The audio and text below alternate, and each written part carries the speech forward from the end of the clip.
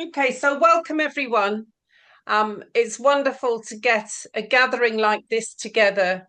Um, and we are very, very excited to be here with the headline speaker tonight, which is PM Ian Zabarte from the western bands of the Shoshone Nation of Indians in the territories that are used for nuclear testing by the UK and the US. We are just going to do a couple of housekeeping things with you, which is to say that the meeting is going to be recorded so that you're aware of that. Once we get started with our speakers, we will ask you to take off your video and audio just to reduce the bandwidth.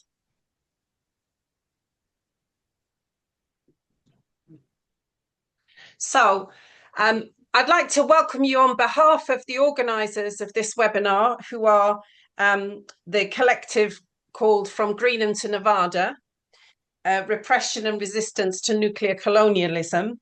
We are an ad hoc group who are seeking ways of bringing into the public domain a story which, to our great shame, is almost unknown to the British public.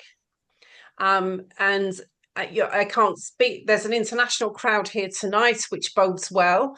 But certainly within the UK public consciousness, there's almost no consciousness whatsoever of the stories that we're going to hear tonight, and how our government has been is implicated in the nuclearization, the contamination, the colonization for nuclear purposes of territories of the Western Shoshone Nation. We are very grateful to a number of supporters and institutions that are helping to bring us together. In particular, the Women's Peace Camp at Aldermaston is celebrating 40 years of existence this year. There's still a peace camp once a month outside the gates of the Aldermaston weapons factory in Berkshire in the south of England. And to a number of universities, departments in particular, at the University of Liverpool, the School of Histories, Languages and Cultures, and at the University of York. So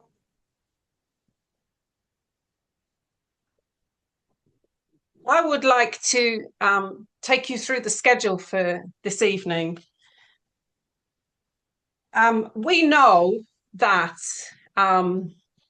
little by little, the stories of colonization of indigenous communities, cultures and territories by extractive industries, we know that little by little that story is seeping through to public consciousness, and a growing awareness of the modern day forms of colonialism that have displaced the imperial forms and today are embedded within the growth of new technologies and new forms of armaments.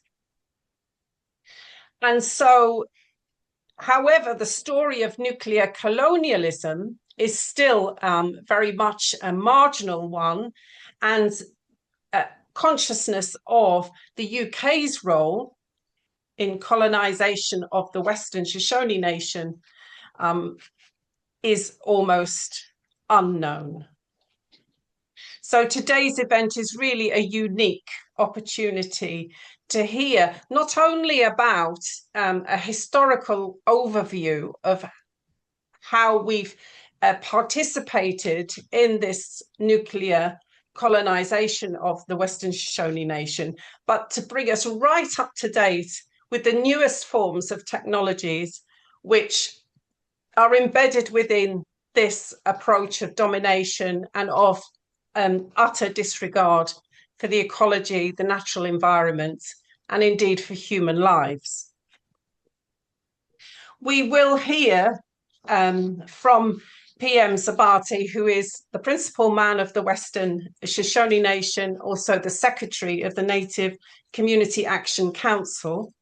We will hear from PM Zabarte about how a line, a thread can be traced from the attitudes of the past towards the attitudes of today, and from the previous enterprises of nuclear weapons testing through to today's nuclear waste dumping, uranium mining, lithium mining, and the massive expansion of data centers powered by nuclear energy, the small modular reactors that he will discuss. So to, first of all, provide some context for the stories that PM Zabarte will bring to us, we will give you a little background of where the UK stands in all of this. How comes the UK is wrapped up in this story of the nuclear colonisation of the Western Shoshone? So to do that, I will introduce Jane Gregory from the Aldermaston Women's Peace Camp, also formerly of the Greenham Common Women's Peace Camp, and perhaps a story that's less familiar around the women's peace campaigning and in the past is this internationalization, that this was not just a local protest outside a particular base in the UK. It was actually a hub for international exchange and information. And it's thanks to that kind of exchange that any of us came to learn of what was occurring in Nevada. So Jane will bring to us that perspective from today's campaign outside Aldermaston and the former campaign at Greenham Common. So she will lead into Ian's seminar for us tonight. And then after Ian has spoken and we've had a chance to have some comments and questions, we're going to turn to Vicky Leslie. Vicky, if I could just ask you to say hello, just on mute for a second. Thanks, Lucia. Yeah, hello everyone. I'm so pleased we've got a bumper turnout and from people from all over the world. It's really wonderful. So if you don't know me, I'm a documentary filmmaker. I've been working on sort of nuclear issues of one kind or another through documentaries for I find this shocking, for 20 years this year. When I learned about some of what we're going to hear from Ian, actually at a previous webinar that Ian was speaking at, that was my introduction to this largely unknown part of British nuclear history. I just thought, I think this needs to be my next film, and so I'm going to talk about that. We're at the beginning of that journey, so you know how we can all work together and what that might look like. But I can't wait to hear from Ian this evening, and thank you all, everybody, so much for coming.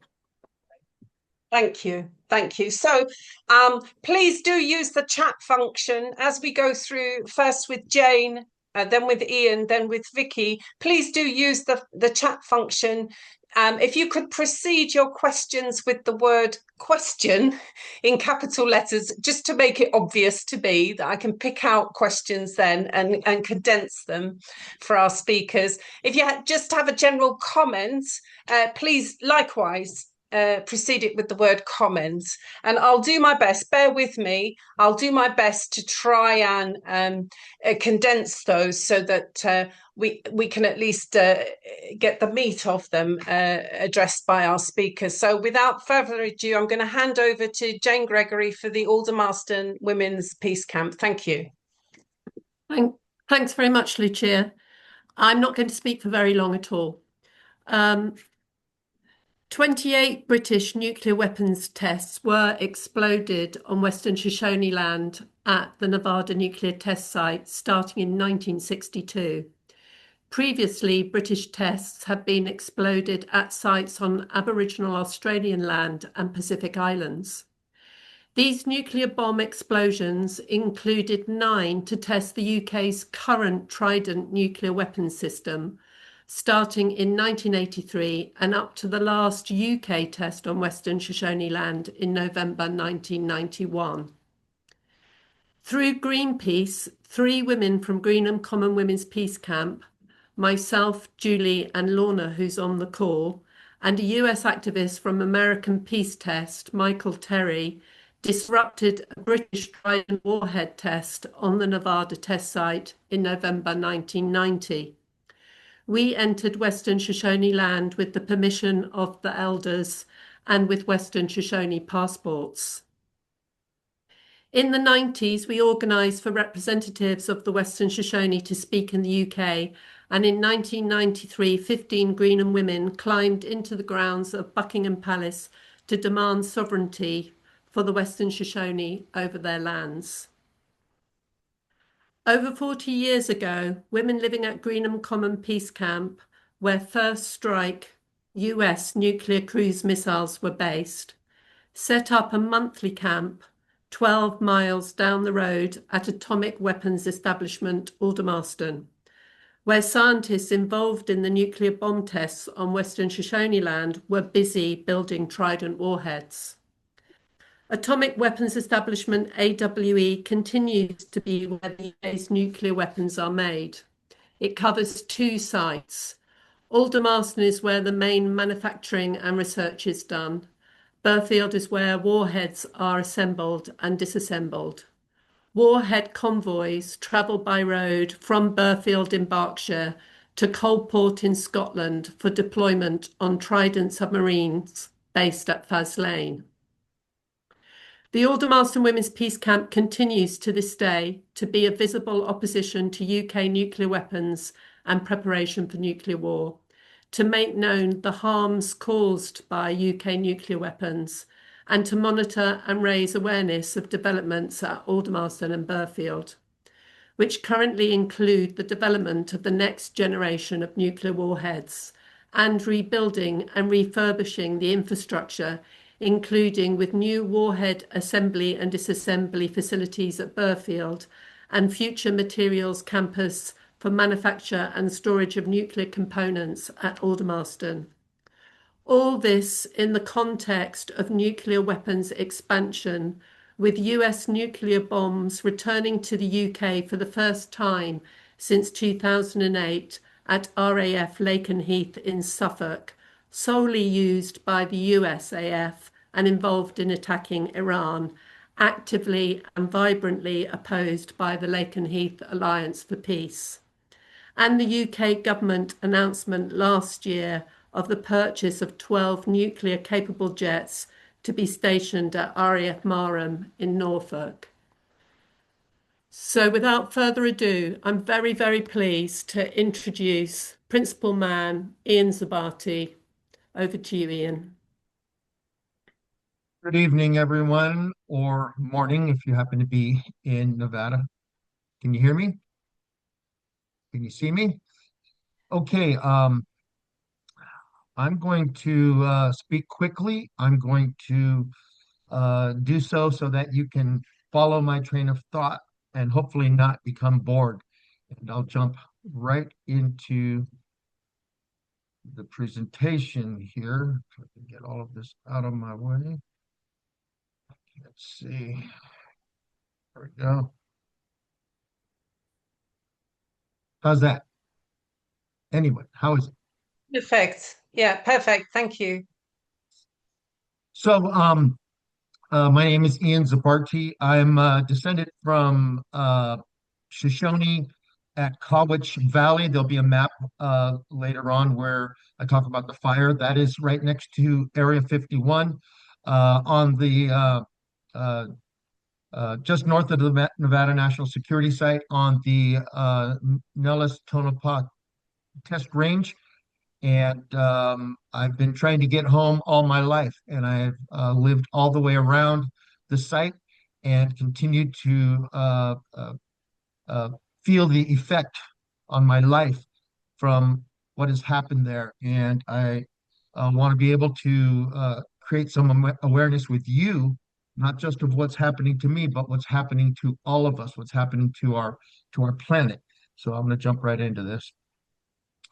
Origin is important and lifestyle is important. My cousins in Vietnam, they used to tell me that becoming aware fast is important.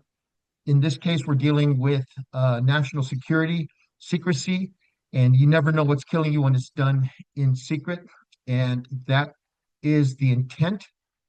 Uh, on one hand, that I'll get into a little later, uh, the technology comes from the military industrial culture of secrecy, and we'll be talking about the small modular reactors and the deregulation of the Nuclear Regulatory Commission. Uh, this, again, are the small modular reactors and the AI uh, data centers known as the cloud, and how those will be uh, used. And I think our environment will be abused from those. Uh, I'll talk a little bit about renewables and how you don't have to pay for the resource, the fuel, and all others you do, as well as massive amounts of water. I think that's probably the most important thing to me because I am water and I'm a water protector. We have the oldest life that I'm aware of in the world here in the Great Basin, the creosote, billions of plants, all from one king clone in the Mojave Desert. Uh, we call it Nua Sogobia, which is the people's Mother Earth, Nua being the people and Sogobia being Mother Earth. We have the 6,800-year-old bristlecone pine in the White Mountains near Tonopah and Mammoth Mountain, California.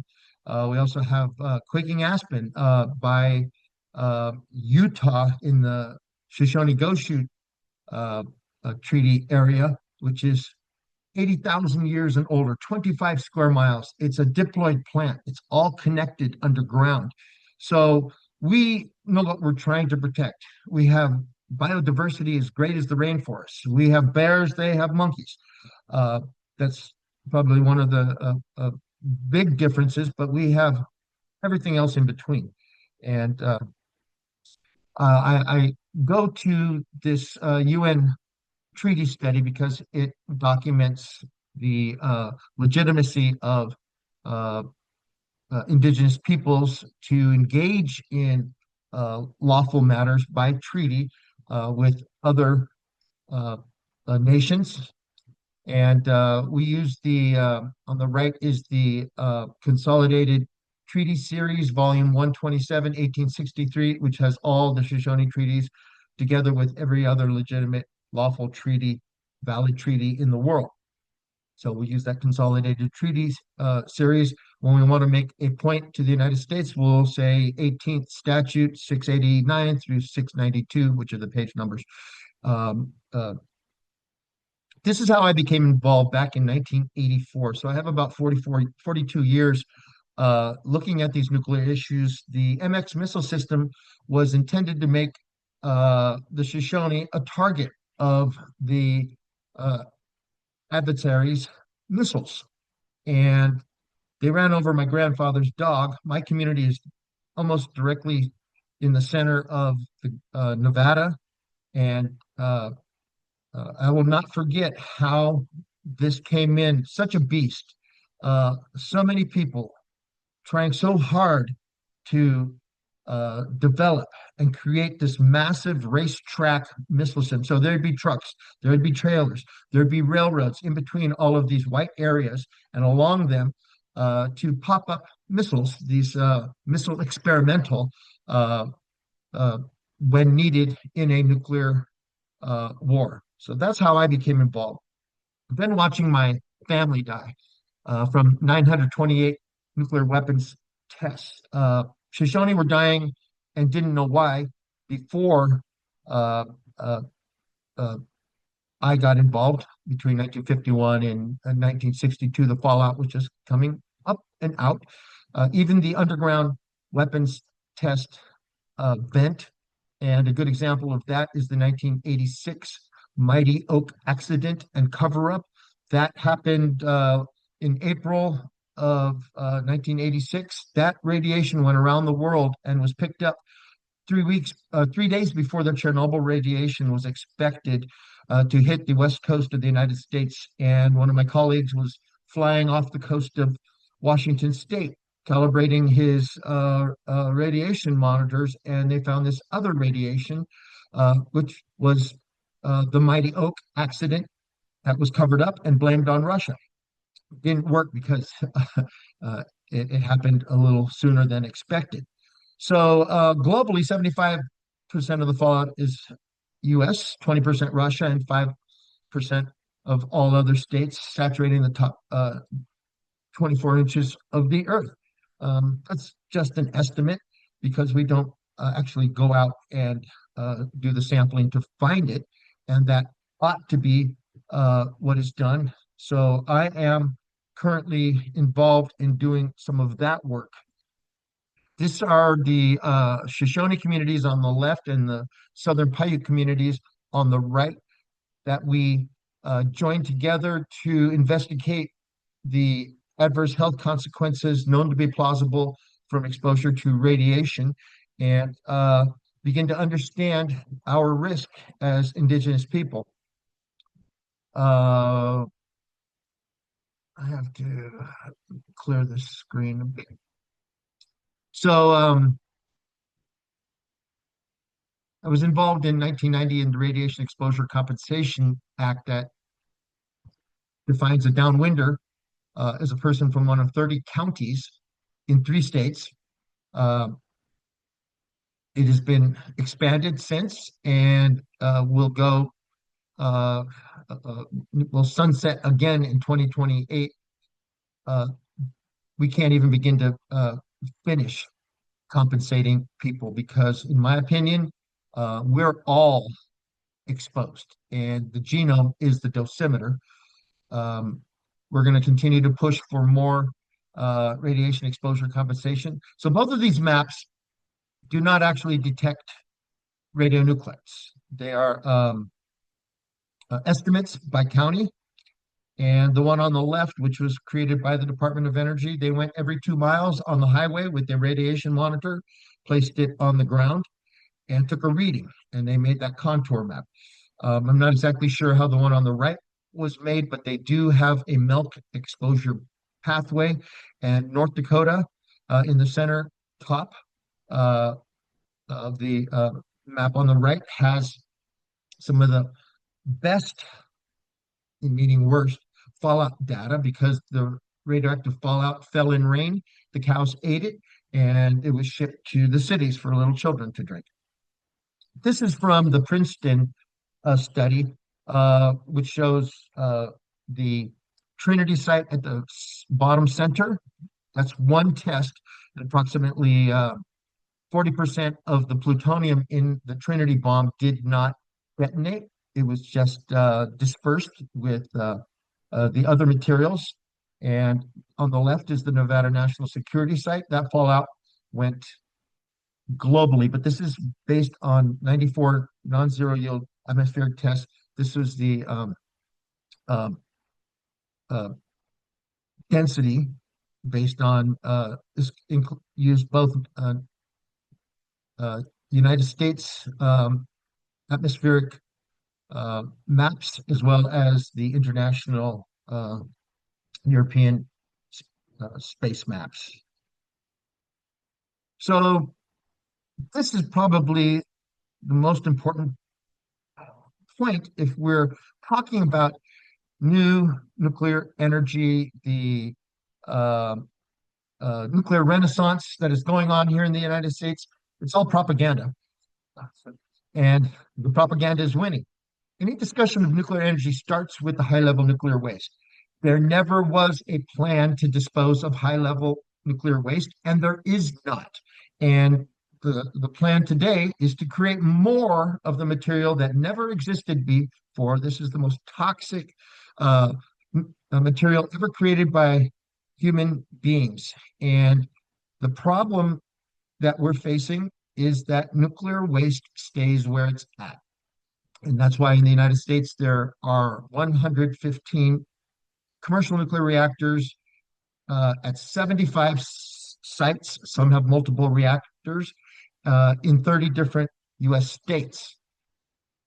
And I'm not going to go too much into all of this except to say that the small modular reactors, the SMRs, these are United States Navy military propulsion generators used on our naval vessels, and they are under national security. And that will lead us to what we're dealing with the deregulation of the Nuclear Regulatory Commission and artificial intelligence war fighting machines and the robots and all of the things that are warlike. We have a war machine, literally. And at some point, you can't blame a human because the war machine did it. And I think that is where these warmongers want to go. They don't want to take responsibility. But the small modular reactors don't exist, and they're going to, I think, burn up our environment. They are serial killers, in my opinion. So uh, we get uranium and plutonium. We mine it, mill it, process it, and then we use it to generate steam in a nuclear reactor. What's important is this particulate matter 2.5. All of these facilities are emitting different types of material. The processing of nuclear weapons, the processing of fuel, release noble gases, krypton 85, krypton 84, cobalt 60, as well as, excuse me, other types of radioactive material that is coupled with what we already are exposed to naturally. There's a lot of uranium, naturally occurring uranium. There's it's in our coal, it's in our oil, it's in our gas, it's in our um, uh, nuclear reactors. These things continue to release as they process, and even the core of the reactors releasing radioactive carbon-14. Wyoming has the largest reserves in the United States, and it is done through in situ leaching, where water and oxygen and baking soda are put into the ground, and it is chemically processed in the ground, and then is pulled back out through extraction wells. Needless to say, the ground's a little more um, enhanced, but what they're not telling us is that once it's pulled out, it needs to be processed some more, and that will create a toxic waste. Here's an example of what it looks like. And it's all to boil water. Right now, it's about boiling water and millions of gallons of boiling water. Again, the molten salt, that's what the new renaissance here in the United States is premised upon. It's propaganda. It doesn't exist. And I'm going to move quickly through these. These are the things that we look at, and many of these have other radionuclides that are created, that they break down into, they mutate into those others. And here's the ones that we're most concerned about: that plutonium-238, the plutonium-239. These things will be around, as far as human beings are concerned, forever. And initially, it was the cesium-137, the strontium-90, radioactive iodine-131, because these are the ones which are absorbed into our biological organisms, and then we would also eat those animals. That would be an exposure pathway unique to our people. But we also need to consider that these things will be around forever. So we really need to get on to the monitoring, the sampling, the analyzing and documenting that these materials are still here. What is their quantity or their load in our environment? And there's certainly more closer to these military bases, these weapons laboratories, and we need to be aware of it. I'm not going to go into recycling, but essentially it's very messy. They want to chop open the spent fuel and separate the fission products, which are only 10%. So we have 60% uranium, 30% plutonium, and then 10% of these very toxic material that never existed before on our planet. And there still won't be a way to deal with that, but they want to do reprocessing. At this point, again, it's part of the propaganda. It's a talking point because this is so costly, so toxic, and complicated. It can't really be done effectively, cost effectively for a company that wants to do this kind of thing. It's a talking point. It's simpler to get fresh fuel, and that's what the real plan is. But they want to get a foot in the door and get moving on these small modular reactors. So again, there never was a plan, and we have more than 77,000 metric tons of heavy metal. We have more like 99,000 tons of metric tons of heavy metal. No consolidated interim storage facilities allowed in the United States, and this is to prevent the waste from becoming stranded and abandoned at one location. But the nuclear industry and different companies want to try to move the waste. Unfortunately, they can't move all of it. They're just going to cherry pick it, but by law, it's not allowed. So until that Nuclear Waste Policy Act is changed, it's not allowed by law. And this is the San Onofre nuclear facility between Los Angeles and San Diego on the coast of California. Yeah, it's close to the ocean. Why did they ever build it so close to the ocean? It needs to be moved away somewhere else. But these canisters next to the ocean are corroding, and they need to be dealt with. Again, the discussion needs to begin with the existing nuclear waste. As a little child, I was told, if your bathtub's overflowing, turn off the water first before you try to mop up the mess. And that's kind of what the situation here. They're putting the cart before the horse, as it were. These are the interim storage sites that are being planned in Texas and New Mexico. It's at the Supreme Court being challenged. I don't know what the status is at this moment. I'll find out pretty soon. The Oncala site is the only active deep geologic repository as originally designed, underground, subseabed, close to a reactor. And that's the only reason why it's working. But there aren't any other ways to deal with this problem. Yucca Mountain is not subseabed. As we're looking at the mountain in this photo, just down maybe 2 or 3% from this view, the mountain is about 900 feet. The repository horizon would be, or the mountain's 700 feet. The repository would be about 900 feet from the top and above the water table. Above the water table. The Department of Energy cannot prove ownership because Shoshone own the site by treaty. And at the very bottom is the documentation of the requirement for licensing the proposed high-level nuclear waste repository.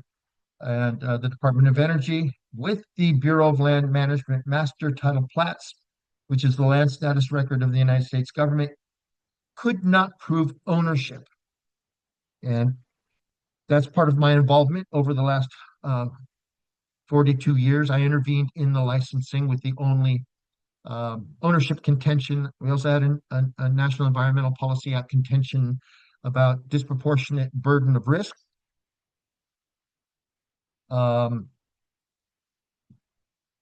Again, important here is the 24,000-year lifespan. In my opinion, I have caught the plutonium bug, meaning that I am now in search of the plutonium that I am sure is still there and will be there. And I think all of us, yes, everyone, including people in England, need to begin monitoring for these materials and begin to understand what is the inventory in the ground around these sites. If you have a weapons lab near you, it's probably emitting some nuclear materials. Getting to the health. So we created a rabbit model and we began, this is in I think the mid 90s, we began to investigate the adverse health consequences that our people were experiencing and seeing in the land.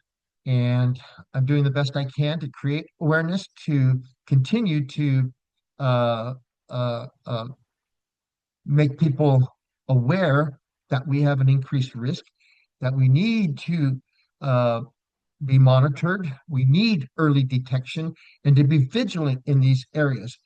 I hear of too many people, younger people and younger people. I'm 60, but other people younger than me are dying, and they've never had, they've never smoked cigarettes, they've never had a problem, and the next thing they're aware of is stage 4 cancer, and they're dying. So we need to be vigilant. For Shoshone people, we began to look at our lifestyle. We brought researchers from the Childhood Cancer Research Institute to investigate our health consequences. We took them hunting, we took them fishing, we took them gathering, we took them to our ceremonies and sweats, and they saw that because of our lifestyle differences between other Americans, that we had an increased burden of risk. We ate the whole animal, and for the rabbit, we ate maybe two rabbit a week, as well as deer, antelope, and other animals. But we used most of the animal. People make sausage out of different parts of the animal, including the hearts and liver and gizzards. If you've ever cooked a goose or something like that, and maybe we shouldn't have been eating those parts of the animals that are more filters, like your liver and your kidneys, and maybe we shouldn't have. Uh, but we didn't know.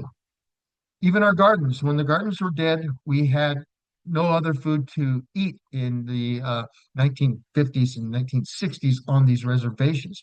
So it really uh, uh, made us aware. But uh, as the next generation comes along, we have what is called the half-life of memory. That's from a film, The Half-Life of Memory, that deals with the Rocky Flats site in Colorado that is now covered over, and the cap is leaving, and now the plutonium's blowing in the wind again, and people in Colorado are have hiking and running and having fun over there.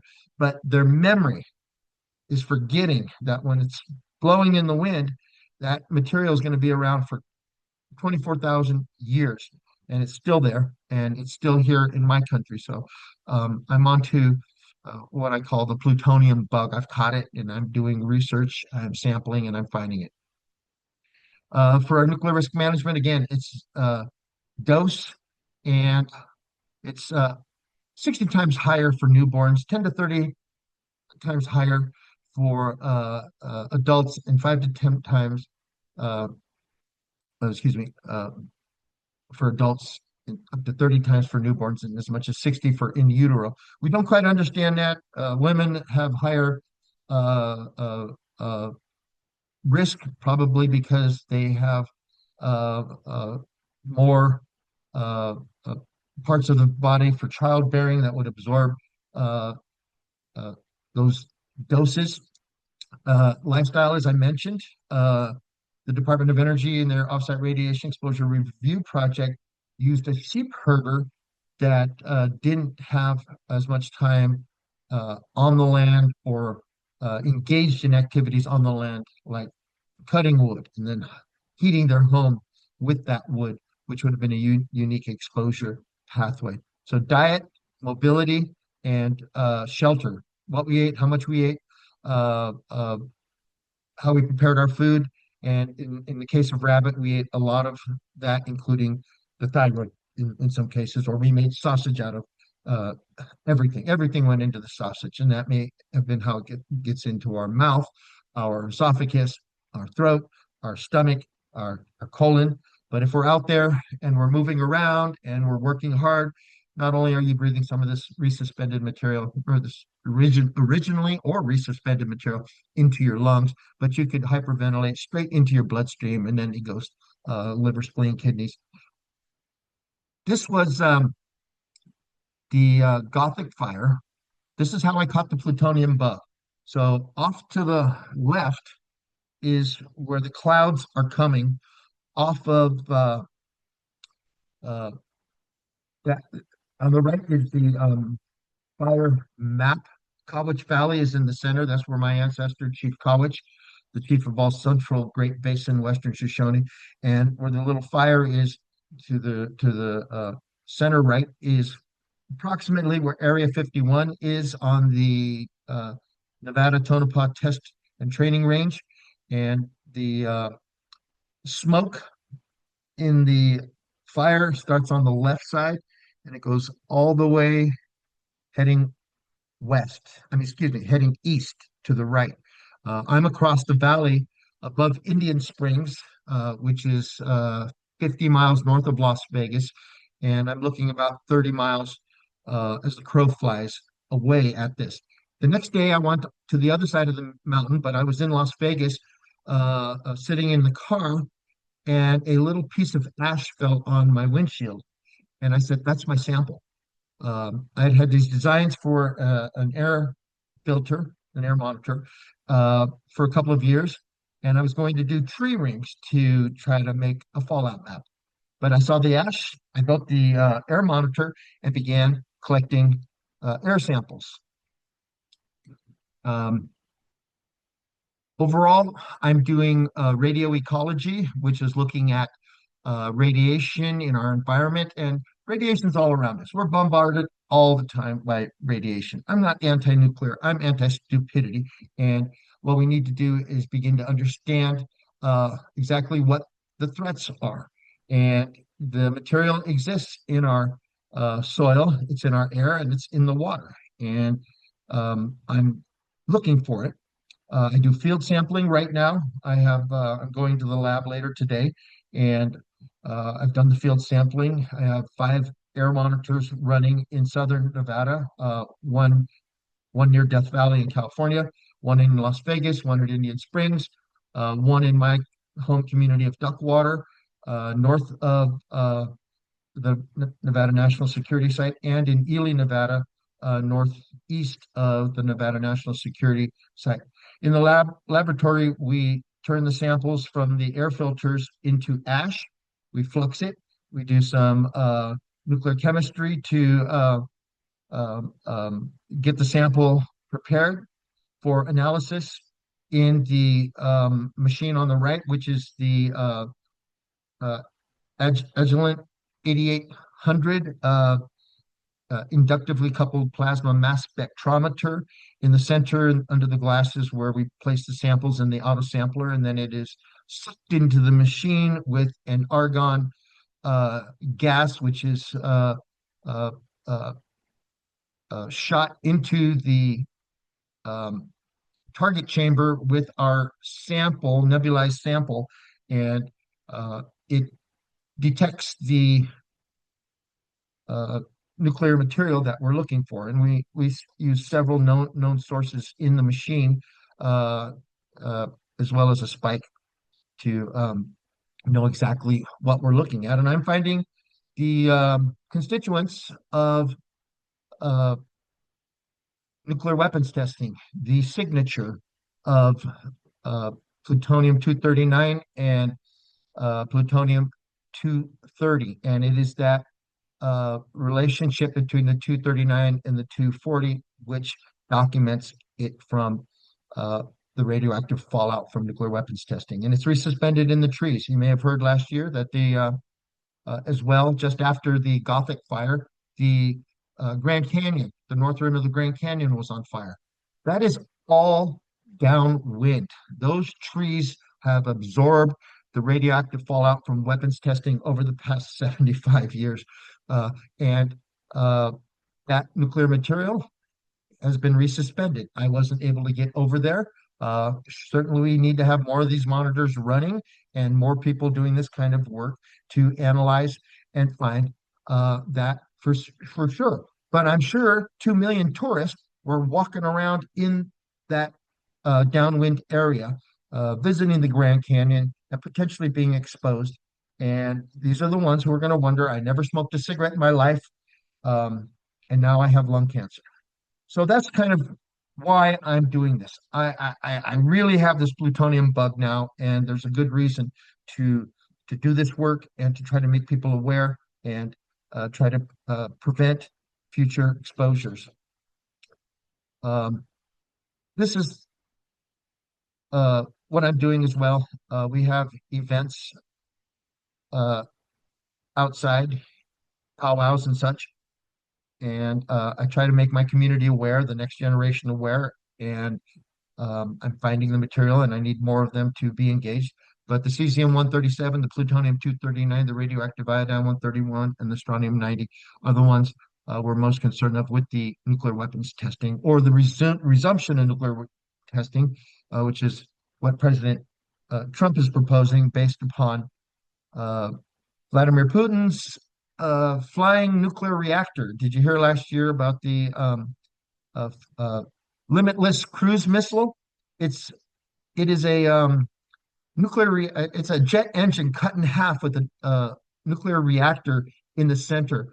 It flew 14,000 kilometers, spewing out gaseous radioactive effluent that whole time. It does not land. It drops nuclear weapons as it goes and hits its primary target, a flying nuclear reactor. That's what Putin has, and the United States gave that up 50 years ago. But now President Trump wants something like that, and he ordered the War Department to start nuclear weapons testing, but it's the Department of Energy that does that kind of thing, not the War Department. I'm going to move along quickly here. We're still trying to understand the health effects and pursue the Radiation Exposure Compensation Act extension. And in my opinion, all Americans, not just Americans, all people need genetic testing because we've all been exposed. And as I said earlier, the genome is the dosimeter. And I'm going to stop just saying that because the health implications are even more serious. We're creating, as Dr. Rosalie Bertell from the International Institute of Concern for Public Health, the late Dr. Rosalie Bertell said, we're creating a human species which is less capable of survival. And I'm coming to understand that clearly now, but I don't want to have my words properly understood. This is some of the published research that we have. You will all be able to get this information again. A little bit more about what's in the wastewater from fracking. There's a lot of fracking going on. The whole fossil fuel layer around the world contains uranium, and it's being extracted in different ways. When we do uranium mining, is brought to the surface, and that blows in the wind, those particles. It is also absorbed into these plants, and we need to think about these things, especially when they start burning. This is the treaty map that went back with the 1863 treaties, and as it says there in the Treaty of Ruby Valley, as hunters or herdsmen. The treaty contemplated Shoshone being herdsmen. But like I said, I was indicted by 16 Americans that don't know anything about Indians. They believed the U.S. attorney and said, these Indians are destroying the land with their horses. I was acquitted. But it was the radioactive fallout from nuclear weapons testing that destroyed the land. And it wasn't our horses. We were trying to round up the horses to get them off the land, but the BLM used a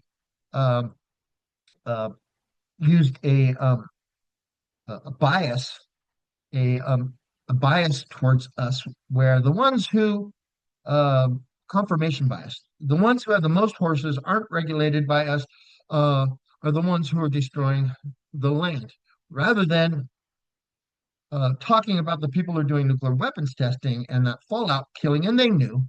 They just used it as an opportunity to use a process. And even though we were acquitted, the process is the punishment. And ever since they stole my horses, yes, they stole my horses, I am no longer a rancher. And they stole my chief's horses and Mary and Carrie Dan's horses and cattle. And uh, it's the process, which is the penalty. And I continue to live, and this is all I do. I don't have all of the other uh, lifestyle that many people plan for in their American dream. Uh, I have this to do. I have my land and people to protect, and that's all I do. So that's kind of how and why I do this.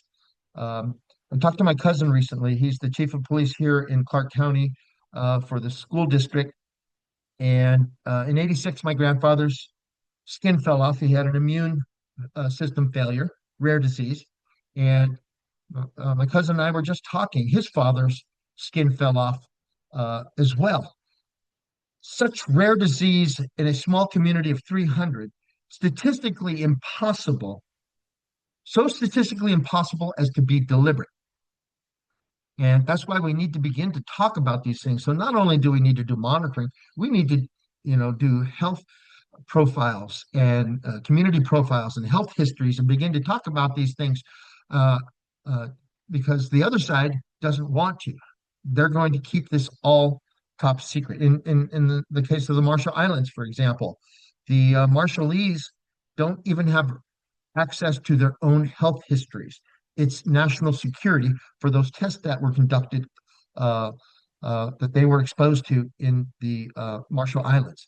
So we need to talk about these things. We need to take them out of the shadows and begin to understand how serious this problem is. It's deliberate. Here's another example of how deliberate it is. So in 1988, genocide became a crime in the United States. In 1990, the Native American Cultural Resource Studies at Yucca Mountain, the proposed high-level nuclear waste repository, were conducted, and they they created this study profile of cultural triage, which is defined as a forced choice to situation in which an ethnic group is faced with the decision to rank in importance equally valued cultural resources that could be affected by a proposed development project. Now, if I was going to do any kind of triage, I would look for cultural rot. And that would be the US war machine. That's cultural rot, in my opinion. But here we have these people. The features of cultural triage are it's forced, it's race-based, and it's for profit. So this cultural triage, in my opinion, is the written systematic process to dismantle the living life way of the Shoshone people for the benefit of the United States and the profit of the U.S. nuclear industry. I submit it is genocide. There's no statute of limitation on genocide. I'm looking for these criminals. I'm trying to find the nuclear material that they've polluted our country with that is having a deleterious effect upon our health. It's done in secret without our consent, and they want to continue to do more of this. And we're expected to die and have our culture triaged for no other reason than for profit. This was originally created as part of the Department of Energy's consolidated group of tribes.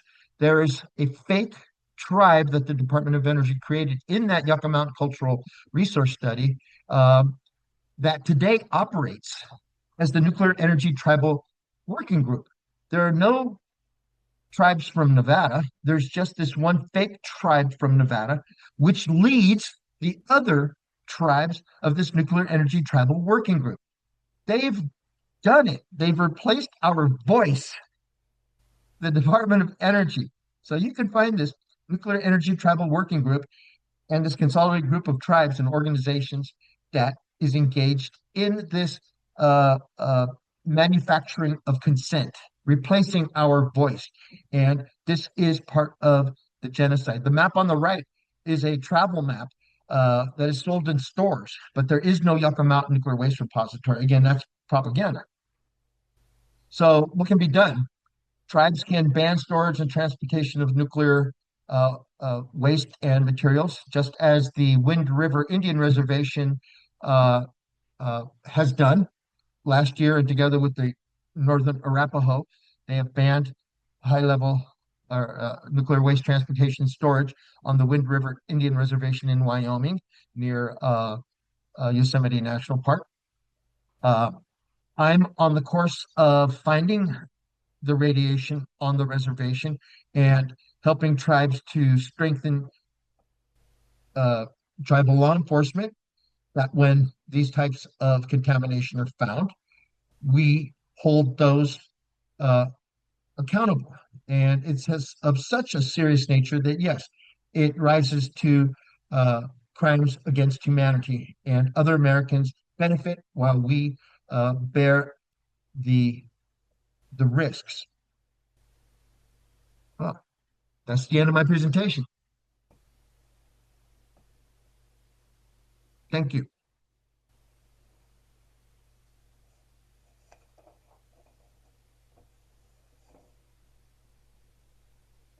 Brilliant.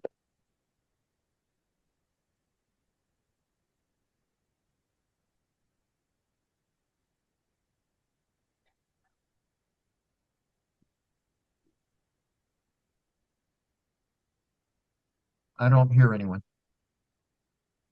I think if people want to unmute just for a moment so that we can give a well-deserved round of applause to Ian, now's a good time. Thank you.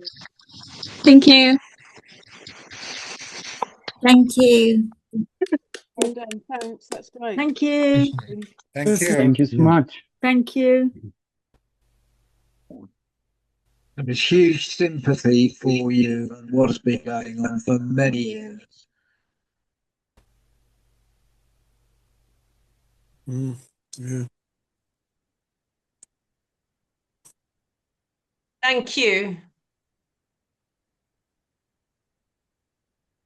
So, thank you so much, Ian. You've given us a really unparalleled oversight of this grand story from the past to the present, with such vast scope, so many implications for every part of everyday life, every part of the environment, human, animal, plant life, the future, technologies, energy, our from our thinking to our practice, every part of our life is challenged by the story that we've heard from you.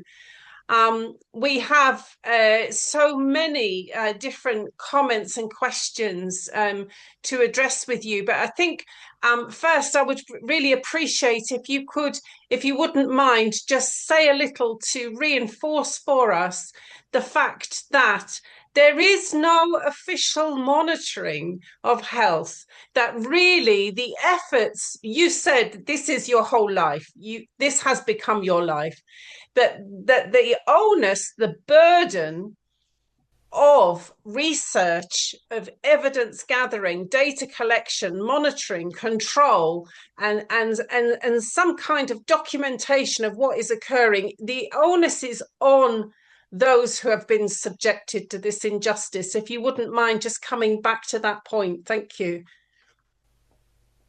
Yes, there's so much money involved. There's it's a burden.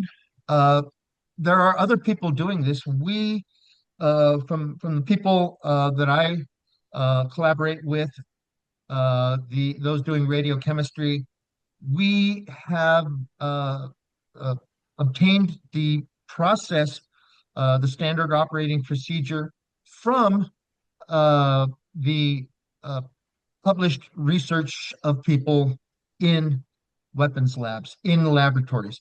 Kind of the same way that these small modular reactors have got away from the military. People know about these things and they begin to slowly talk about these things. And that uh, uh, uh, knowledge comes out. Well, it's the same thing with this. We have obtained and now master the same processes used within the Atomic Energy Commission, the Department of Energy, the Nuclear Regulatory Commission, the Environmental Protection Agency, the International Atomic Energy Agency, and we also have their source materials to use in these machines. So that's how we know what we're finding in comparison to naturally occurring radioactive material. But I also work with, for example, and he might be another good one to talk to, Dr. Tommy Rock, who works on the Navajo uranium mines. And Dr. Rock is looking specifically at the naturally occurring radioactive material, but he also could do this.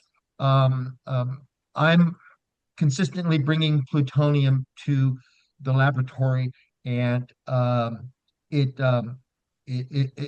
good to demonstrate the capacity of these machines outside of the government. Yes, the government's doing this. Yes, these government agencies know how to do this. They're finding the same materials. They're doing something about it, keeping it secret. That's a problem. And we need not just a band-aid. We need Radiation Exposure Compensation Act, but we need health registries. We need monitoring and surveillance over time. And I'm multidisciplinary, beginning to get back to the public health constructs about how is this affecting us intergenerationally. And all I can point to is our rabbit model. Again, the rabbits are one, we developed them as a way to speak about the cell, the rabbit being the cell, and a shotgun to hunt the rabbit being the emission source. And we also look at the rabbit as the rabbit model as our food and how we ate them and that accumulated in our bodies, how it got into our bodies.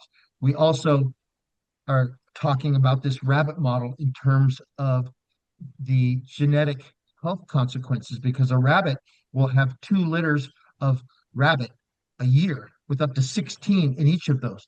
These rabbits are manifesting the health consequences much faster than human beings, in 5 and 10 years versus 100, 200 years compared to what humans may. And the observations that I'm having are dire. We're losing our rabbit population. They're breeding themselves to death. And I think we may be in the same situation. So I'll just stop right there before I go too far. It does get serious and scary, but there's things we can do about it. Awareness is key. You never know what's killing you when it's done in secret. Bad air days. Don't go out on a bad air day when the fire's burning and you're near one of these sites. Wind scale is a site you have over there that there's probably something in your trees. I don't know. Downwind. Yeah. Where would the soils accumulate? Anyway, thank you. Yes, absolutely. And you did, at the beginning, you did say that this is very much a warning to us here of what is to come, a call for us to be on the alert, on the guard. And we do have questions in that regard with this notion of small modular reactors to power data centers. Of course, that's an issue for us here too. And it's no accident, it's no coincidence that this has arisen precisely on territories that have already been nuclearized by weapons testing. If you wouldn't mind just coming back to what the state of play is at the moment in the US in terms of this idea of nuclear powered data centers, if you could come back to that. Thank you. Yeah, so again, these are small modular reactor designs from United States naval weapons propulsion generators, and they've been around for some time, but they're slowly escaping this, and being let out. And companies like NewScale or Radiant Energy, they're developing these molten reactors and representing these molten reactors, which can still burn up and melt down, such as the uh, uh, sodium experimental reactor in Simi Valley, California, 11 miles from downtown Los Angeles, that went critical in 1959, that they don't talk about. But these molten reactors are smaller, they are harder to melt down. Again, they're still not talking about the waste, and they're saying this is the renaissance. They don't exist yet. They haven't even tested it. They're supposed to fuel one this year, but overall, they don't exist. They want to make these lined up and manufactured on an assembly line and shipped out throughout the West. But I submit, if these reactors start burning and after 5 years become hot, who's going to want to transport these things? Again, these are national security reactor designs. The data centers, the cloud, are the housing for this AI Anthropic's war machine that are going to use millions of gallons of water, are going to need gigawatts of energy, and they're proposing these reactors to be the small modular reactors to be the energy source.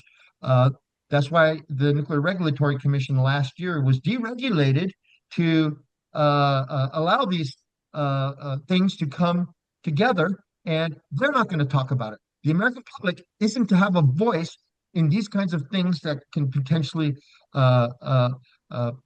present huge risk to the environment. And I've been to Montana talking about data centers and these small modular reactors and where these designs come from. I've been to Wyoming and talked to the indigenous people there.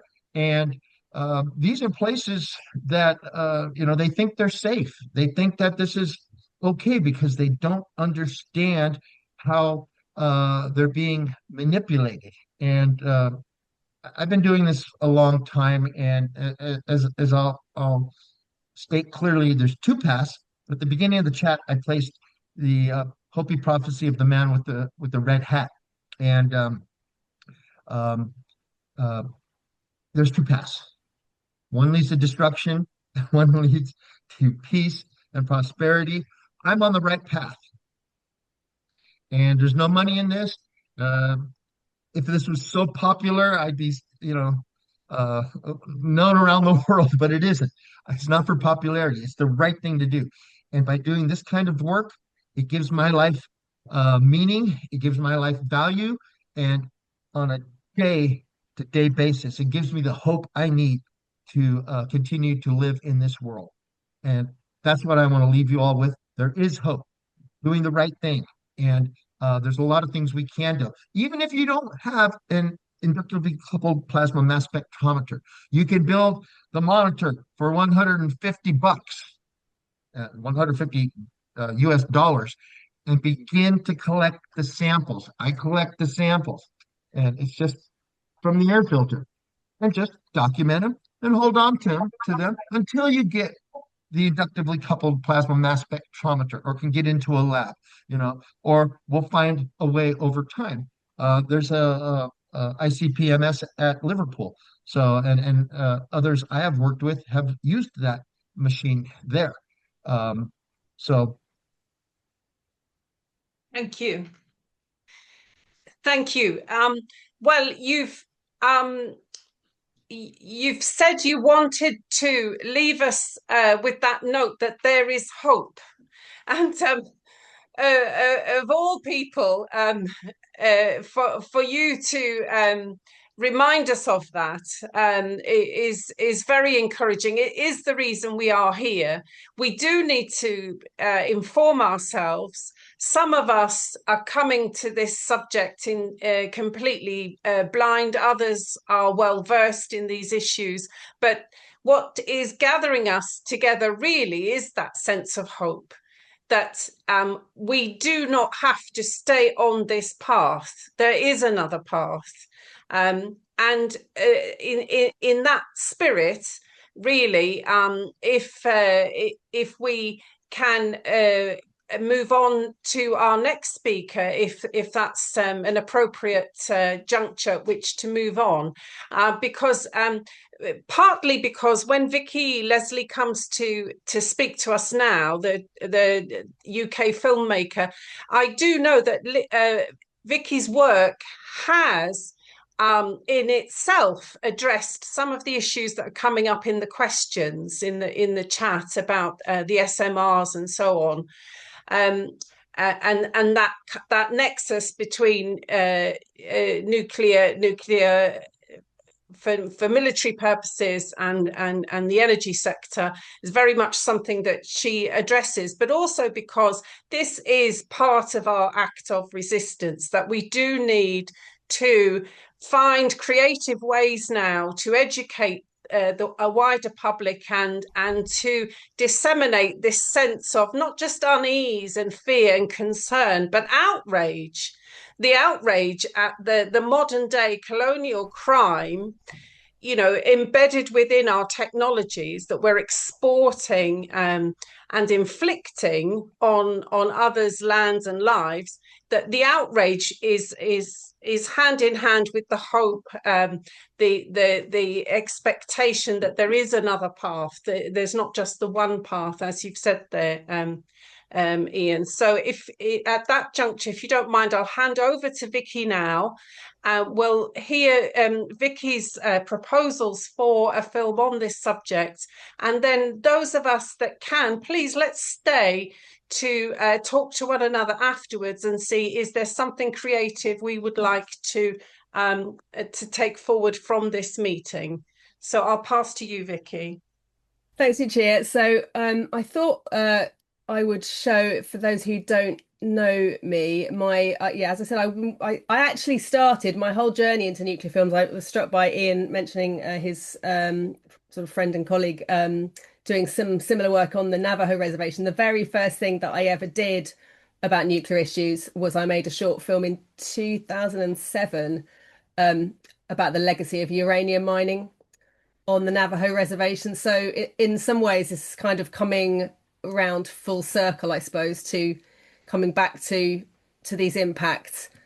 That was one of the first things that really, you know, brought me to looking at nuclear issues. But over the sort of more recent years, I went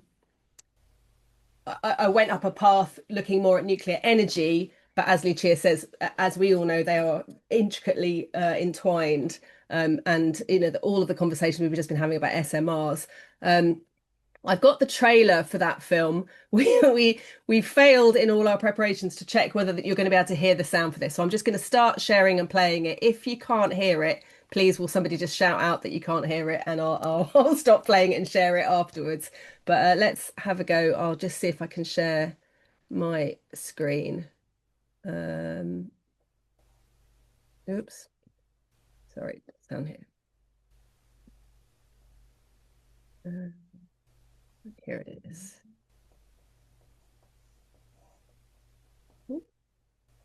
Got it. No, I'm so sorry, guys. Not very professional here.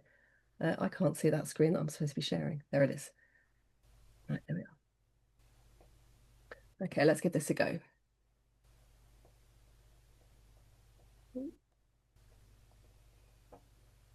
Right now, I'd like to bring you a different kind of story. In its own way, it's just as dramatic as anything a writer could dream of. It has to do with a new power source. Its power source is the atom. The atom, a thing of wonder, the building block of the universe. You know her? Not very well. I wish I did. But with the power to destroy it too. Of good or of evil? Who will decide which it shall be? The challenge was irresistible.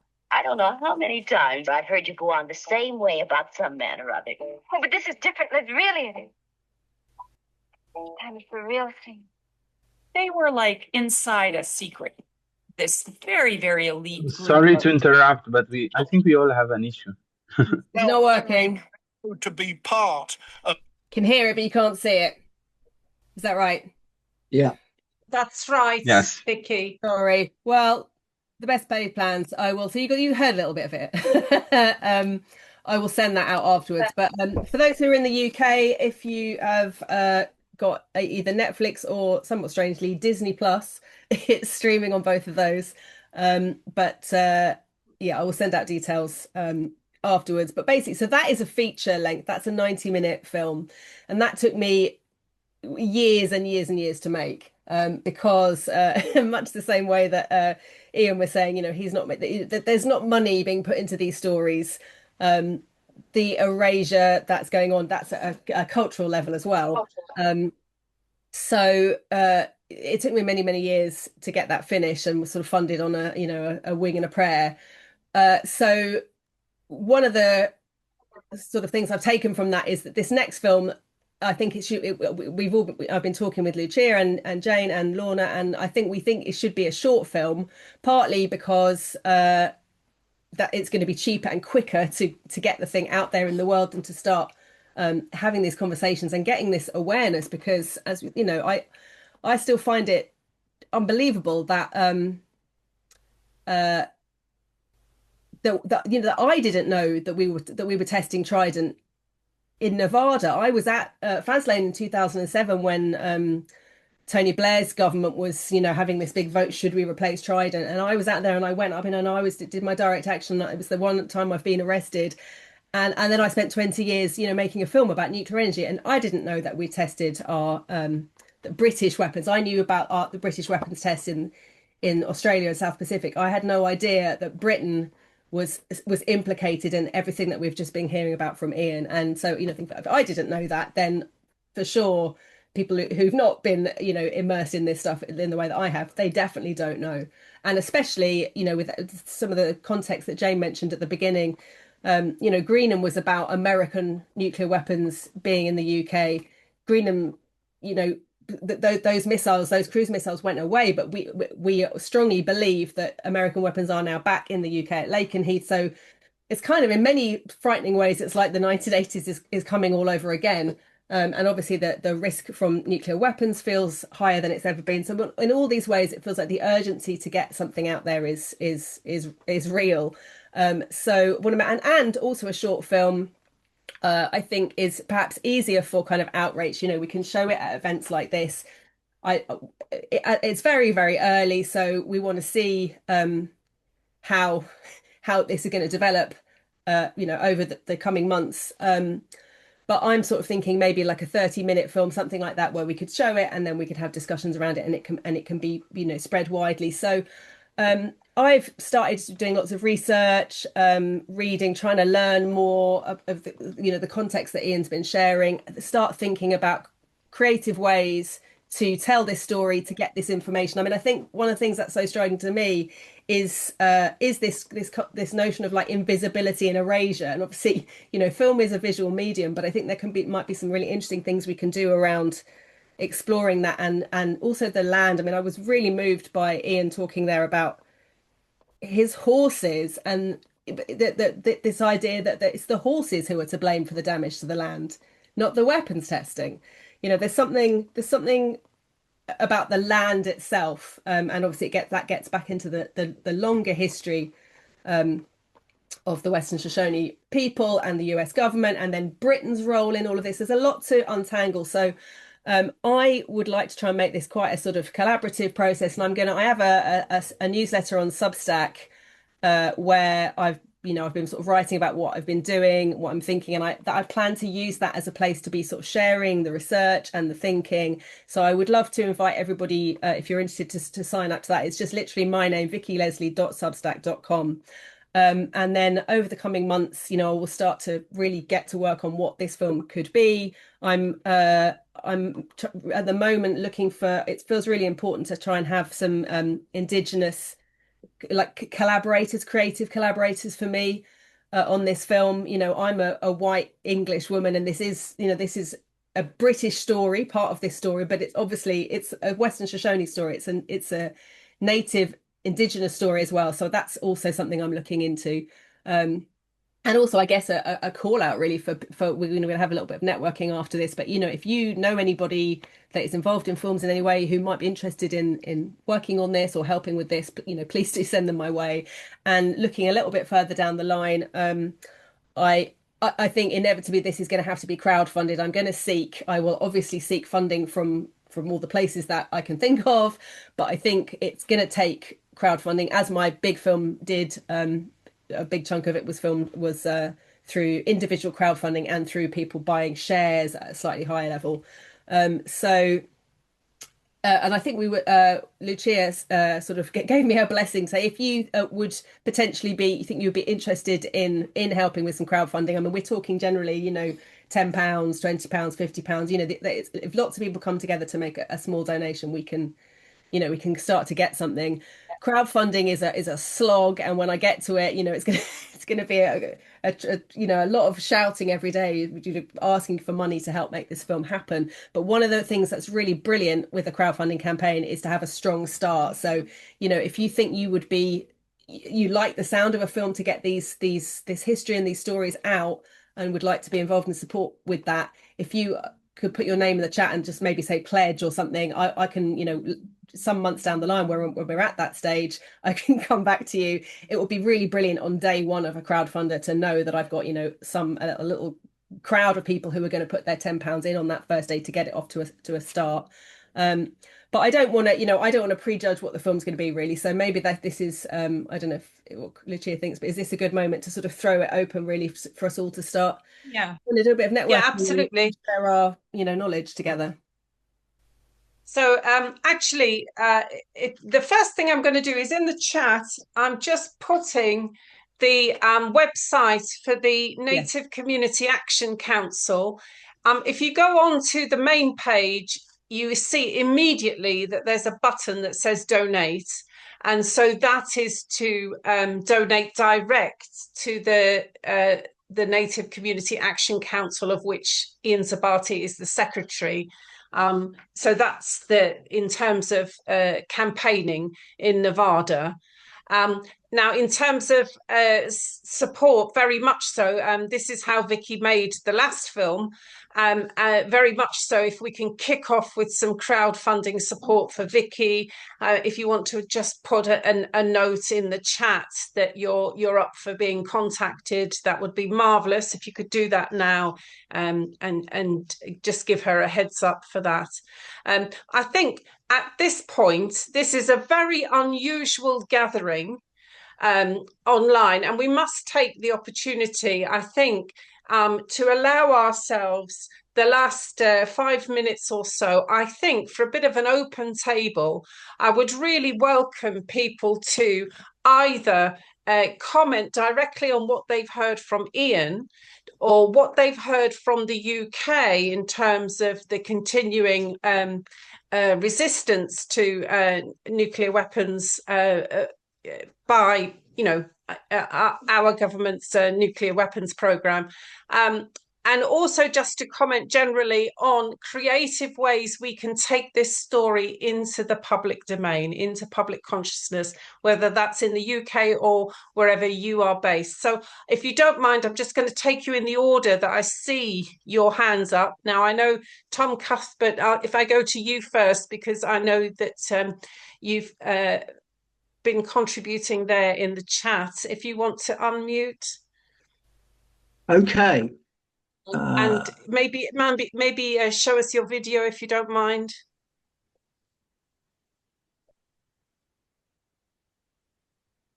I'll try. Have you got me right? Yes. Yes. Thank you. This account from Ian is a familiar one because of a visit by the Shoshone in the 1990s with Chief Bill Rossi and his colleague Heidi Blackeye. And it is quite shocking to hear that all these years later, the Shoshone tribes and everybody else are still suffering from this.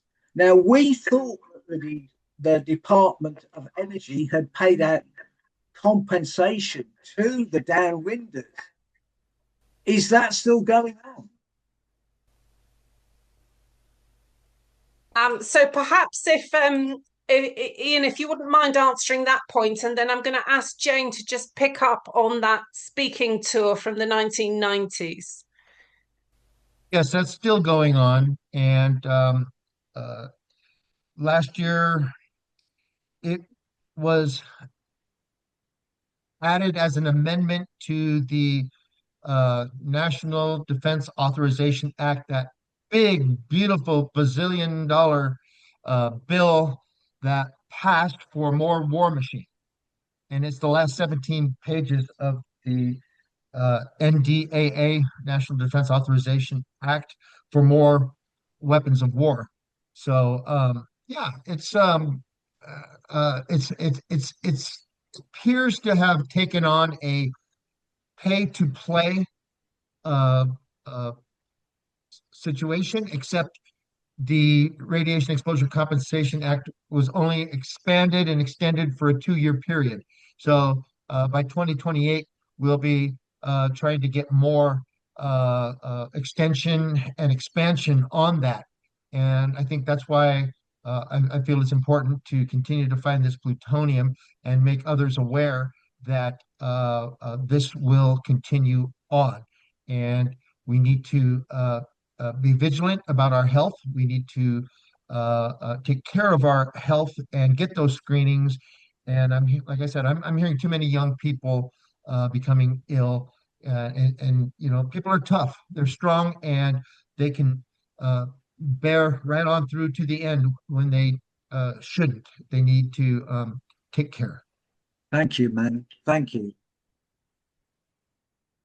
Yeah, thanks, Tom, for remembering that speaking tour that was organised from the Women's Peace Camp at Greenham Common, where where Heidi Blackeye and Paulina Steeves came, and really an extensive tour around England, Scotland, and Wales, and really passionate meetings in Wales with people really connecting to that.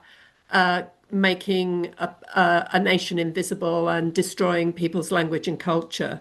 In '93, I mentioned that we did an action where we climbed over the wall into Buckingham Palace, because we knew that would create a lot of publicity, which it did. It went all around the world, and we were very privileged to have William Rossi Sr. come and give testimony at the trial. Subsequent to that, in 1998, Lewis Whitney came and spoke at the Rio Tinto Zinc AGM and about mining on Western Shoshone land. And I think that also kind of illustrates what had happened for us, that we had understood by Rebecca has been on this call, who had gone from Greenham to work at Greenpeace, and it was her who was instrumental in the Greenham women going and taking action on the Nevada test site to disrupt the nuclear test. But from that point onwards, with our connection with the Western Shoshone, I think that really helped those of us at Greenham to understand it in a broader context of colonialism, and understand the wider issues around mining, around, as Ian was saying, about stealing of the horses, and the wider issues around what had happened to the indigenous people of America. Obviously, we also were aware, from women coming from the Pacific and the work of the Nuclear Free and Independent Pacific women, of similar stories. And I noticed somebody had mentioned that in the chat, that there's obviously very similarities with Aboriginal people in Australia as well, which we also heard from. And Lucia mentioned about the Women's Peace Camp at Greenham had a function which was to be this international hub where we heard directly from Aboriginal Australian women, we heard from Pacific women, and we heard from Western Shoshone women. On my wall, I've got pictures of Heidi and Pauline at Aldermaston.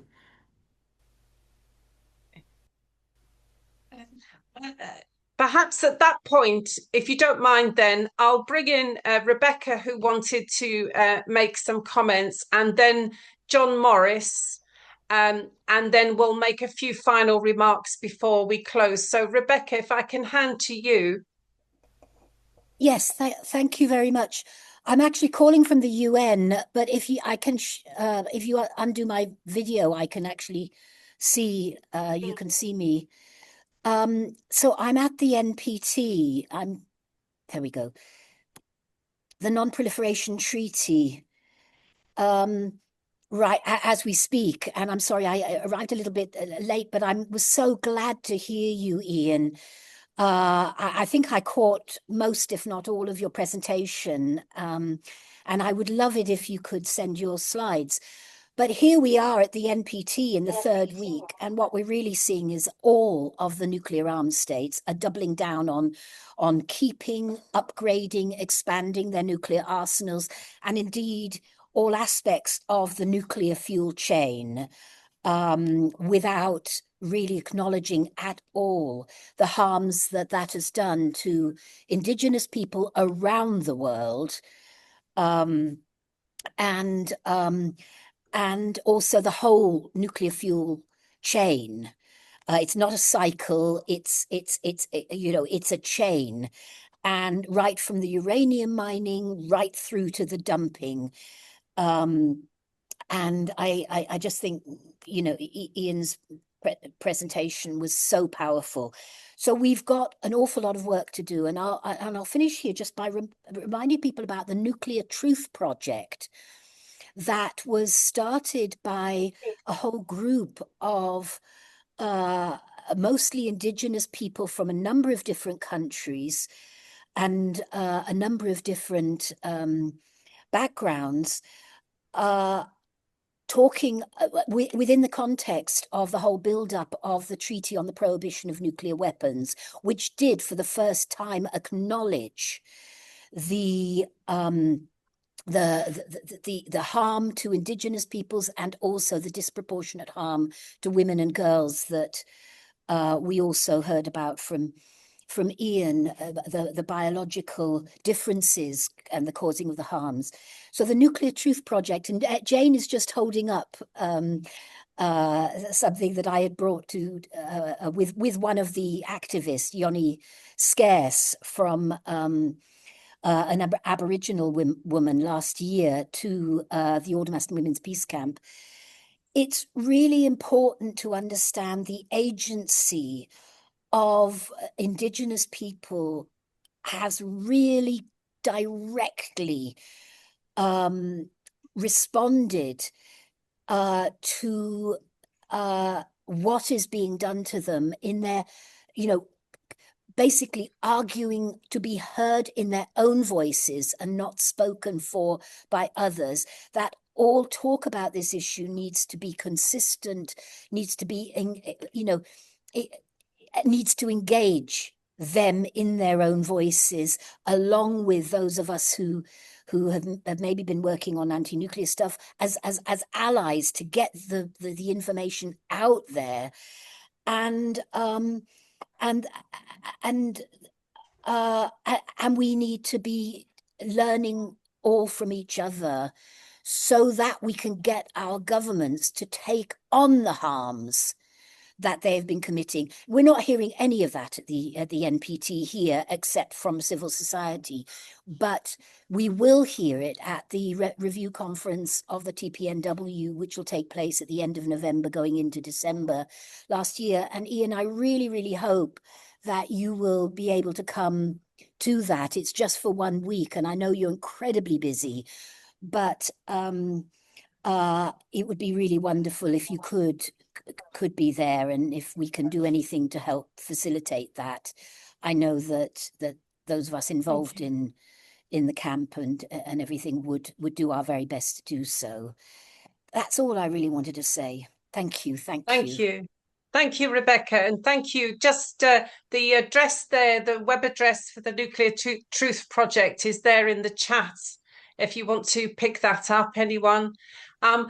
Let's hand over to John Morris now, and then we'll take a last couple of comments before we tie up. So John, would you like to unmute and to use your video? Yes, I'm just really so thankful that I was able to hear what Ian said and to understand all the research and work that is done. I wanted to also say to Leslie that in 1982, an anti-nuclear film won an Academy Award. It was called If You Love This Planet. Unfortunately, wherever it was shown in America, the FBI took names and addresses of people who attended. And I think, Leslie, if you make something 20, 25 minutes, half an hour, it'll be wonderful. Thank you very much for all your work. And thank you, John, for those comments. I'm really appreciative of the comments that have come into the chat. If people want to look back through there, there's an amazing wealth of experience here tonight. I personally, as we bring this meeting to a close, I personally would love it if we were able to, even on a small scale, but move forward with something creative in the short term. Obviously, we want to support the film project. We want to get that off the ground as quickly as we can, but that will take time. Now, in the meantime, that doesn't mean we sit on our hands. And even on a small scale, it is possible to take initiatives that do make a difference. It ripples out. You know, this awareness raising campaign started from nothing and is steadily setting ripples into the pond. So if there are, for example, people who would like to gather in person and who are willing to host, I, for example, am willing to host in-person gatherings in London or Liverpool. If there are others here tonight who are happy to host in person wherever they are, so that even if it's just a few of us, but as we form these small caucuses, each one of us from whichever field we're in, whichever our expertise is, we can take forward some kind of creative action that's to do with public education. We've, for example, taken part in exhibitions, we've taken part in online meetings such as this, in-person meetings, creating material. We need to bring this story out into the open to create the kind of mindset for change so that we avoid, as Ian said right at the beginning, that we take the alert from the Western Shoshone and we avoid stumbling down that path blind. So I'll put any invitations or suggestions from you into the chat. And any final comments, and then we'll give our thanks to Ian Zabarte. And a reminder then, please, if you want to donate through the Native Community Action Council, please use that web address.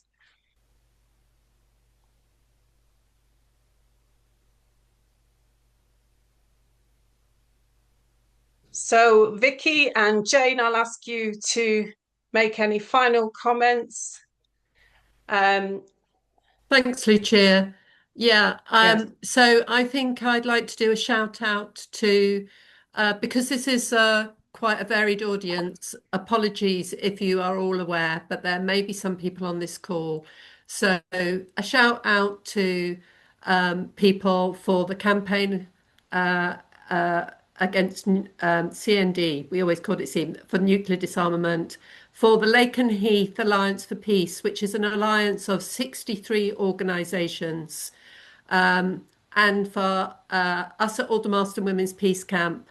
It'd be great if some women came. We're at Aldermaston the second weekend of every month from Friday to Sunday, and we'd love to see more women come and camp with us, and men are welcome to visit during the day. Thank you so much.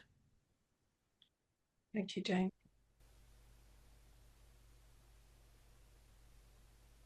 Can I thank you from the Lake and Heath Peace Alliance? We spoke to Sue Wright last night.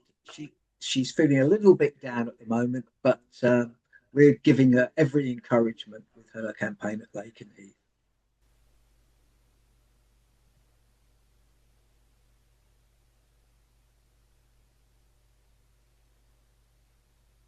Yeah, I'll just go on echo. Thanks to everybody. I don't know if there's something in the water. There's just maybe by coincidence, I should give a shout out. There's a brand new, since we have many Greenham, we have some Greenham women here, and just some great stuff in the chat with the new generation of younger women wanting to get involved in sort of eco-socialism and anti-nuclear movement, which is, yes, this is what we need. But there's a new novel that's just come out by a novelist called Eleanor Anstruther. It's called Fallout, and she believes that it's the first novel fictional account of Greenham. Obviously, there's been many non-fiction books, but that novel is about, it's obviously set in the 80s. It's about a 15-year-old girl who goes to Greenham and, you know, all that follows. But she said in writing, and then it came out about 2 weeks ago, she's only met one person under 30 who'd heard of Greenham Common, which I found profoundly shocking. And, you know, I mean, I suppose I move in a certain kind of world. You know, I remember Greenham from I was a kid in the 80s. You know, it was just part of the water I swam in. It was on the news. I just knew about it. But her experience anyway, and you know, maybe we're in a slightly, this is a particular group of us all gathered together here, but it does, from what she's told me, it seems like maybe, yes, it was on Radio 4 Women's Hour this morning, exactly that. And there's also, I'm down in Brighton, and actually just to follow up from Lucia was saying, if anyone is on the south coast or can get to Brighton, I'm very happy to have some, I love, you know, these webinars are amazing, and you know, that's how I first became aware of Ian and all of this. But obviously there's nothing like I've been to the Aldermaston Peace Camp a couple of times now, and it's just there's nothing like actually being face to face with people. So if anyone's anywhere near Brighton and wants to meet up, please do. And also on that note, it's the Brighton Festival and Brighton Fringe on currently in May, and there's a play. I wonder if I've got the print out. There's a Greenham play. Here it is. It's called Can't Kill the Spirit. And it's on from the 20th to the 24th of May, and I'm going, and a few people from Wilth down here in Brighton are going, and so maybe, you know, we're part of the snowball is rolling, and we're getting you know, let's get this knowledge out there. It's kind of it's just, yeah, it still just keeps blowing my mind. One, that people don't have forgotten about Greenham, and two, how did we not know that Britain was doing this, you know, testing these weapons in Nevada? You know, so yeah, we have work to do, but as Ian said, you know, there's hope. We have all this energy, so yeah, onwards. And thank you to everyone for being here. Can I just jump in case anyone goes with a misapprehension that it's actually a play about Greenham? It's not. It's a play about a woman who went to Greenham and is a climate activist, a climate activist now, and it's about the impact of her doing amazing. You know, non-violent, anti-violent climate activism now at the age that many of us are at. And that reminds me of the other on her family. It's really important to do that, because if you go there expecting it to be about Greenham, one or two people when it was launched in London were very disappointed. But it's actually really it's a good play talking about the issues then and now. And the fact is, many of us, as we've talked about Lake and Heath, and you know, many of us are still very, very active. And it's so I just needed to say this, to jump in and say Rebecca, that. that's very important. And but do come. I mean, I won't be back until the 24th, but yeah. One more thing to plug. I know we've all got lives to go and have, but talking about that, the new generation, I know Rebecca's seen this film. Gentle Angry Women is another relatively new. It came out last year. It's a documentary. Also, we're talking about the sort of generational forgetting, perhaps. It's 3 younger female activists, a climate activist, I think, an animal rights activist, on Black Lives Matter, I think. They, you know, very active in the current, you know, issues of now. And they went on they recreated the walk, didn't they, from Wales, the original walk to Greenham from Wales, and the film follows these 3 younger women with older women, and this sort of passing of the stories down. It's a lovely film. It's called Gentle Angry Women. So I'll try and capture all these links and recommendations and films, and there's been so much brilliant stuff in the chat, and when I send out the replay, I'll try and share all of these resources for us all as well. Thank you. Thank you. So your comments there reminds me that I'm of that generation of of protesting at Greenham Common and the campaign for nuclear disarmament and so on. And yet, I'm part of a world now amongst young people where nuclear energy is entirely normalized, and the issue of nuclear weapons is completely absent. It's erased. Yeah. There is no fear or anxiety around nuclear weapons. And we quite naturally were strongly motivated by fear and anxiety. And that nuclear weaponry and talk of small missiles and small modular reactors, the language around nuclear is normalizing and is erasing truths, and we are on a very dangerous path. That last slide that Ian presented there, let's not swap our carbon footprint for a nuclear footprint. We are in this very dangerous moment where nuclear is this greenwashing discourse, where nuclear is being normalized or erased from consciousness. And this lack of fear, of anxiety, is a real hurdle for us. So I think to finish, I would really like to hand back to Ian.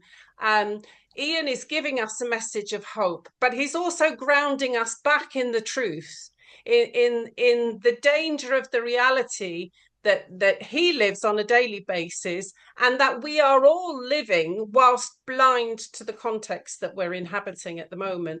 So I'll hand back to Ian, and I just want to take the chance to say thank you so much for his time and his expertise and his commitment. Thank you so much for being with us.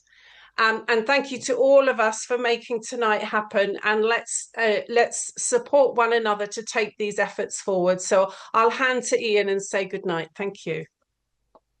Yes, again, I want to thank all of you for taking the time to listen to what I'm saying.